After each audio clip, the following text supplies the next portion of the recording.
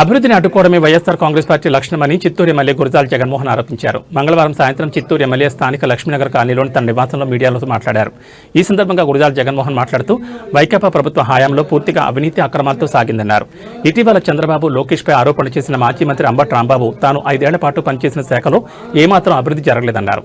అభివృద్ధి చేయకపోగా బూతు పురాణాల్లో మాత్రం ముందుంటారని ఆరోపించారు. రాష్ట్ర ముఖ్యమంత్రి చంద్రబాబు నాయుడు అభివృద్ధి లక్ష్యంగా అహర్నిశలు పనిచేస్తుంటే ఆయనపై వ్యక్తిగత దోషాలకు దిగడం సమంజసం కాదని, ఇలాంటి సంఘటనలు పునరావృతమైతే తాము తగురీతర బుద్ధి చెప్తామని హెచ్చరించారు. రానున్న అసెంబ్లీ సమావేశాల్లో చిత్తూరు, పూతలపట్టు, నగర నియోజకవర్గాల్లో సాగు, త్రాగునీరు విషయంగా నిధులు రాబట్టేందుకు ప్రయత్నిస్తామని వెల్లడించారు. ఈ సమావేశంలో చిత్తూరు నగర మేయర్ ఆముద, తెలుగుదేశం పార్టీ నాయకులు తదితరులు పాల్గొన్నారు.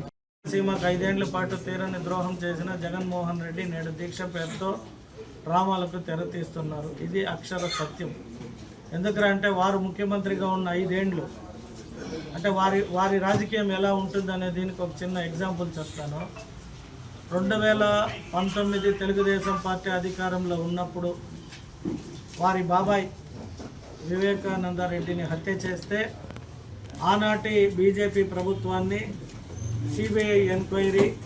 సిఐడి ఎంక్వైరీ కోరిన అప్పటి ప్రతిపక్ష నాయకుడైన వైఎస్ జగన్మోహన్ రెడ్డి తర్వాత కాలంలో అధికారంలోకి వచ్చిన 5 ఏళ్ళు ఎక్కడ కూడా దానిపైన కనీసపు చర్యలకు కూడా పాల్పడలేదు.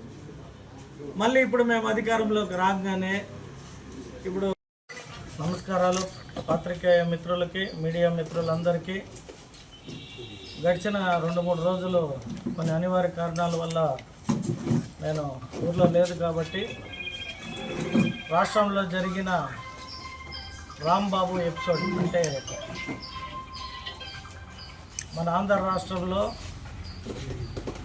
నారా చంద్రబాబు నాయుడు గారి పరిపాలన పైన యావత్ భారతదేశం కూడా ప్రశ్నలతో అంటే మంచి అభివృద్ధి చేస్తున్నాడని కొనియాడే సమయంలో వైఎస్ఆర్ పార్టీ మాజీ మంత్రి, నీటిపారుదల శాఖ మంత్రివర్యులుగా పనిచేసిన అంబటి రాంబాబు గారు వారు మాట్లాడుతూ చంద్రబాబు నాయుడు గారు ముఖ్యమంత్రి స్థాయి అని కాదు కానీ నేను చెప్పడము, ఆయన వయసు కన్నా ఒక రెస్పెక్ట్ ఉండాలి.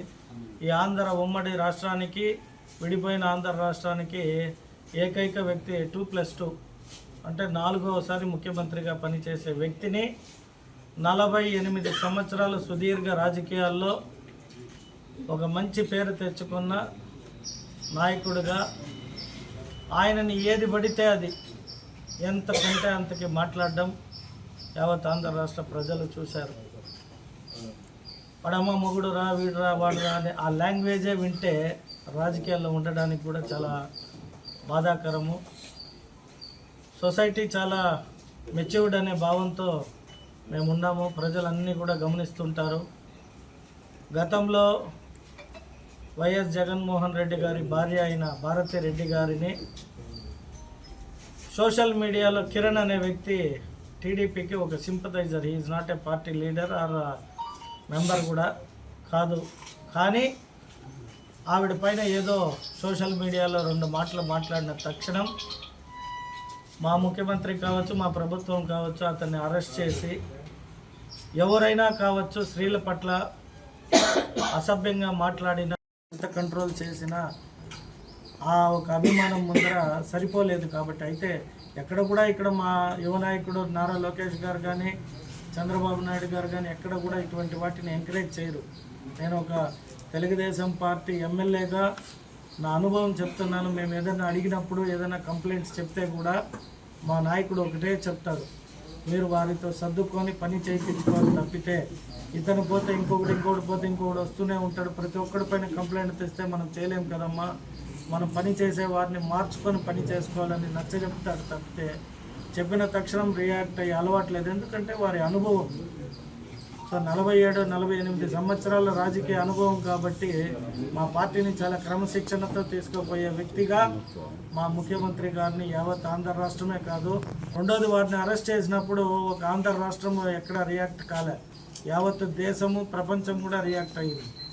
ఎక్కడ కర్ణాటక, తమిళనాడు, మహారాష్ట్ర, తెలంగాణలో కావచ్చు, అలాగే ఢిల్లీలో కావచ్చు, ఒరిస్సా, బెంగాల్లో కావచ్చు, తెలుగువారు ఎక్కడున్న ప్రపంచంలో అక్కడంతా కూడా మౌన పోరాటాలు ధర్నాలు చేశారు. అది మా నాయకుడి యొక్క గొప్పతనం. కాబట్టి మేము మా తెలుగుదేశం పార్టీ తరఫున చిత్తూరు నియోజకవర్గం తరఫున సంబరాల రాంబాబు అలియా సంబటి రాంబాబు గారిని మేము కోరుకునేది ఏమంటే, మీ ఇంట్లో కూడా ఆడవారు ఉన్నారు, వారు రియాక్ట్ అయ్యారు వచ్చి ఈ సందర్భంలో.